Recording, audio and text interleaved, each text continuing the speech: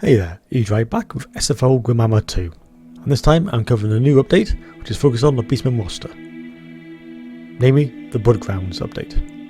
In the corner is a link to my other videos I did covering the Arst update, focused on the Warriors of Chaos and Bretonnia. Venris and his team have made huge sweeping changes to the campaign, from the tech tree to how the Beastmen play, as well as new mechanics. This will be covered in a separate video. In this video I will cover the roster changes, new units, new abilities, and some new changes to the roster. First up, we're going to have a brief look at each Yet Yard. I'm not going to cover over their stats too much, but I'll pop up the SFO version of the stats on screen so you can check it out.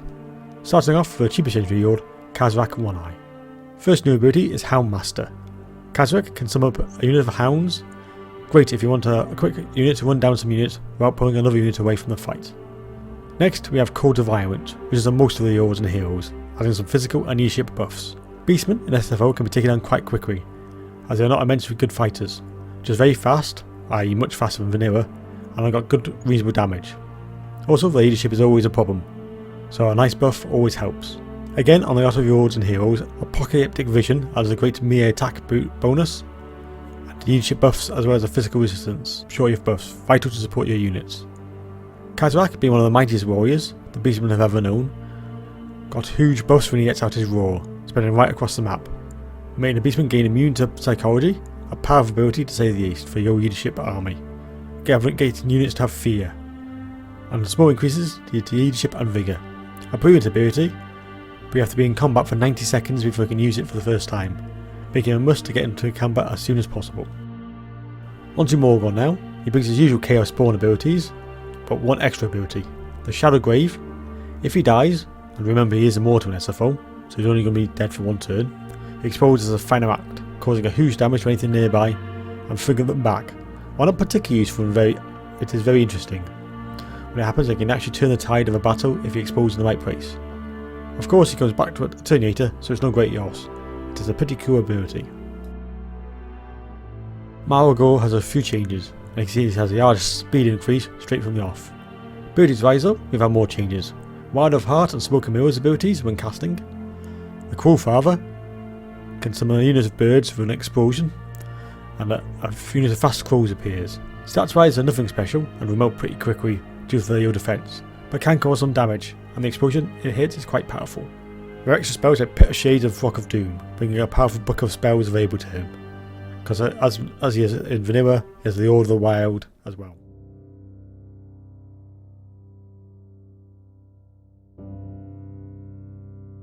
Now we can look at the changes for the Yards. The standard Beastmen Yard is similar to the before, with obvious stat changes to fit the SFO mod. He of course can be mounted on a chariot and has a Vanguard appointment. A tough Yard and can cause significant damage to whoever he attacks. The extra feature Venris has made is able to give these Yards marks of chaos.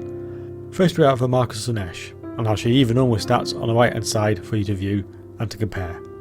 This mark is more about the speed, giving the Beast Yard much more speed, more damage on the charge, if sacrificing some overall damage, but it does add AP of 250, while normally the Yard is at 175. Also add a Sunder Armor ability, decreasing any armor by -30. It's always handy for the Beastmen, as with the lack of AP options compared to other factions. This Yard is all about getting in there fast and doing a lot of damage. Remember he's a bit weak on defense and has a big drop off in armor. The one extra ability is Unseen Beast, giving him a stalk, making the lack of armor less of an issue, as long as he charges in and gets in there quickly. Next is the Mark of Slaanesh. If you're going up against a very magical faction, such as the High Elves, Zizzamen, or indeed vampires, this is a good choice, bringing extra abilities against magic users, like added banishment to his weapon, to help negate some cast abilities. Stats wise similar to a normal Yard, but watch out for that weak defense. Bringing a special range ability, Skyfires, with 5 uses. This is a hard hitting magic ability, and can make this unit more of a buffing Yard, who can do some work behind the front line. Also bringing a constant debuff to leadership and magic, so a useful Yard to run with a heavy casting lineup, maybe even 2 mages in your army, giving those magical debuffs make any special spell more effective. Mark of Khorne is all about damage output, with the highest over damage of any of the marks, bringing a bonus of 10 to infantry and 175 AP. Great against most units, as it brings area attacks, allowing it to cope with hordes much easier, or just tightly groups of infantry, bringing the bleed debuff as well, adding some nice damage over time. Facing a faction who has tough infantry or heroes, this Yord will do well. Abilities wise, he brings Blood Sacrifice, giving more damage and melee attack, but sacrifices some of his armour, but is dispelled if the health drops below 50%. A good ability, and seeing out this Yord is in the fight at all times, I don't see any reason not to take it. Lastly, Mark of Nurgle, the tankiest of any of the marks, and brings a silver shield and some still good armour. He is the slowest of any of the Yords though, and lacking in that charge. This unit doesn't bring regeneration, and for Beastmen unit is very tough to bring down. If your army wants to be more durable, if you faces a significant anti-Yarge threat, this unit is a good option, with 20 bonus versus Yarge. Not my favourite style of playing the Beastmen, as they are more used to doing a rush army. However, this Yord with Nurgle is the opposite, so you have to build an army around him. Much tough units are needed to take advantage of this Vanguard deployment. The one ability is that regen I mentioned before, but unusually, to activate it, the Beast Yord needs to be out of combat. So be aware to retreat him, so you need to have a tough unit nearby, so the Yord can retreat through this unit to regain some of that lost health. A new type of Yord now, the Doom Bull. The meanest, most ferocious of the Minotaurs may become a Doom Bull and lead his own army. Known for their violence above all else, they can also be given these marks of chaos. Unlike the Beastmen Yords though, however, they don't give any extra abilities, so we can just focus on the stats. First is the Mark of Slaanesh. Again adding more speed to the Doom Bull over the basic unit. High melee attack, but sacrifices some in defense, and overall damage. It does add a nice charge bonus. Also adds a nice debuff. Dreaded, removing the Immune of Psychology ability. A mentally powerful ability on a unit that provokes fear and terror. Mark of Zinch reduces some of the combat stats, but adds frame attacks and a searing frame debuff, reducing armour and melee attack. Really handy for running against the undead due to their weakness of fire. Mark of Khorne is of course the most damaging, adding anti-Yarge as well as the disrupted ability, dropping physical resistance and adding a miscast chance. Ideal combo when fighting a vampire. Lastly, Mark of Nurgle, not adding any extra defense or making it more durable this time. This mark just adds Bone Crusher ability, dropping melee defense and speed. Particularly handy from all the elite infantry the elves can bring, which have a high melee defense. And this unit hits so hard it can carve them up.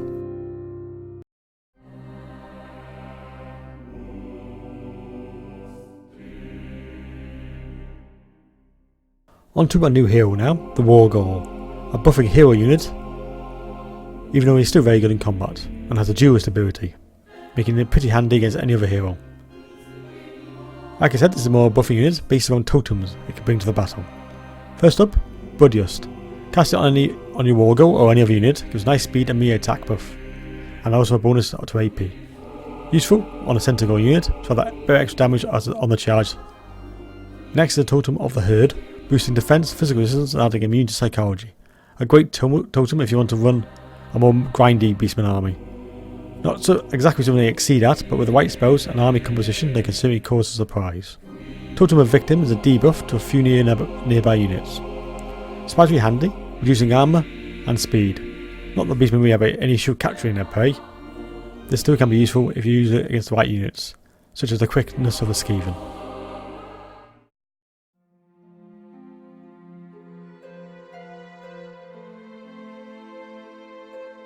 Now we can move on to the roster changes. On the whole, in SFO, the units are a lot quicker and can easily outrun nearly all other factions.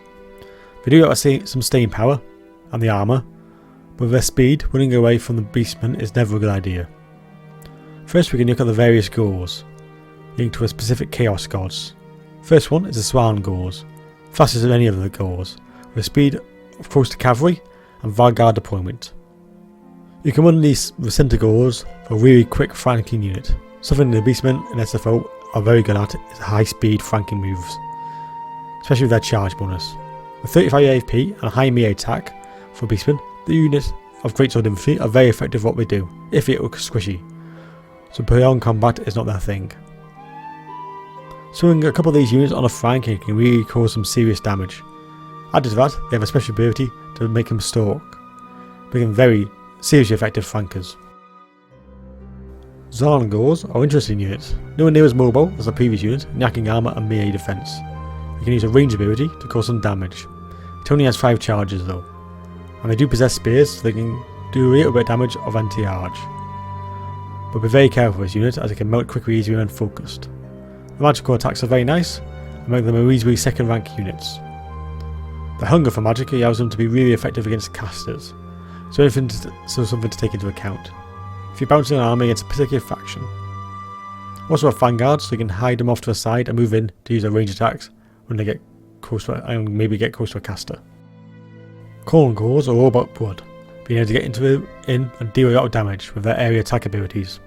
Ideal with cut through chaff that the undead and the scaver can bring, with anti-infantry of 10 making them a must against these units.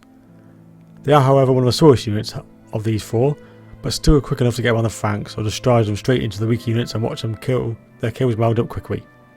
With blood sacrifice increasing their combat abilities even more, just watch out for that defence. Lastly, the tanky pestigores. With their poison, silver shield and high immune defence for Beastmen units, make them a great knockdown for the front line. They can also dish out a fair amount of damage, if not in a traditional Beastmen way of getting into the flanks. Again with regen, which is only effective when out of combat, so remember to bring 2 ranks of units so they can be pulled out to gain a bit of their lost health. Then they can be thrown back in. Vital, you select the best units to set up the grindness of this fight, as users can excel when paired with other tough units. Boosting armour and physical resistance around them means they can be used with some lower tier units, and still keep that tough front rank going. The Hounds of Pestilence are technically not a new units, but in SFO they work slightly differently. They have a much smaller doggy count, but these beasts are really tough, with regen as standard. They have highly effective poison, and a bonus first yard of 10. These quick units are best used in conjunction with Centaurs, applying their poison to weaken the unit, and there are Centaurs to come in and do some extra damage. With the monstrous presence buffering nearby units, and beastly tactics slowing down units around the Hounds. This unit is however very weak, and will disappear as if fighting one-on-one, so make sure it's supported at all times. Bullgores are very large minotaurs, and are very effective anti-large threat on the battlefield, with high combat stats and huge damage, 80 being AP, and 30 of which is anti-large bonus. They can really destroy single enemy monsters, especially on the charge for that 60 bonus. A huge health pool allows them to take a surprising amount of damage as well. Abilities wise, they have a Mark of Corn, adding even more damage, and stat increases to a already huge stat line. They also have Blood Greed, which is on all minotaur units in SFO, giving them a big boost in speed when they smell blood of their enemy. While taking any unit of Cav on their own might be beyond them, even though they will cause some huge damage before they die or rout. They can provide extra killing potential with some Centaurs or some Bestigores, especially against those tough armoured yard units. Now for 2 legendary units you can get your hands on. First is the mutated Warhound, a very large and fast hound, boosting huge damage potential on the charge. This unit can really do some heavy lifting against any faction, with 250 AP and a rare duelist option on a monster unit, being good against any hero Yord as long as he's mounted. Being able to mutate at the start of any fight in 3 different ways, but only one can be used per battle. First we have Scale Skin, making Hound much tougher, but not as effective in combat. Useful against any ammo who specialises in taking out anti-large things, such as Norska, giving the Warhound a bit longer in a fight. Whipjaw, which gives a Hound significant advantages against other large units, but bringing the speed down slightly. Against Cav heavy factions, though, a must take.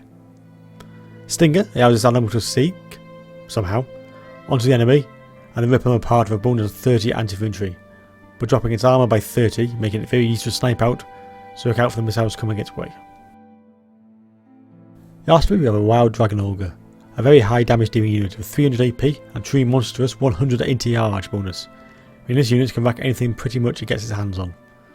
While it lacks the armour, at only 15, it provides so much damage that as long as you keep an eye on it, it can be really a backbone of the army, charge around when it's needed.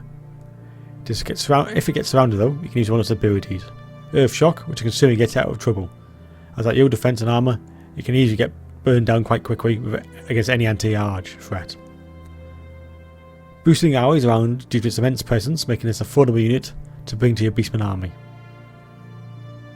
And that's the end of this look at the units and changes SFO Grimhammer 2 Bloodgrounds, or to the Beastmen. Next video will be on the changes to the campaign that Venris and his team have done.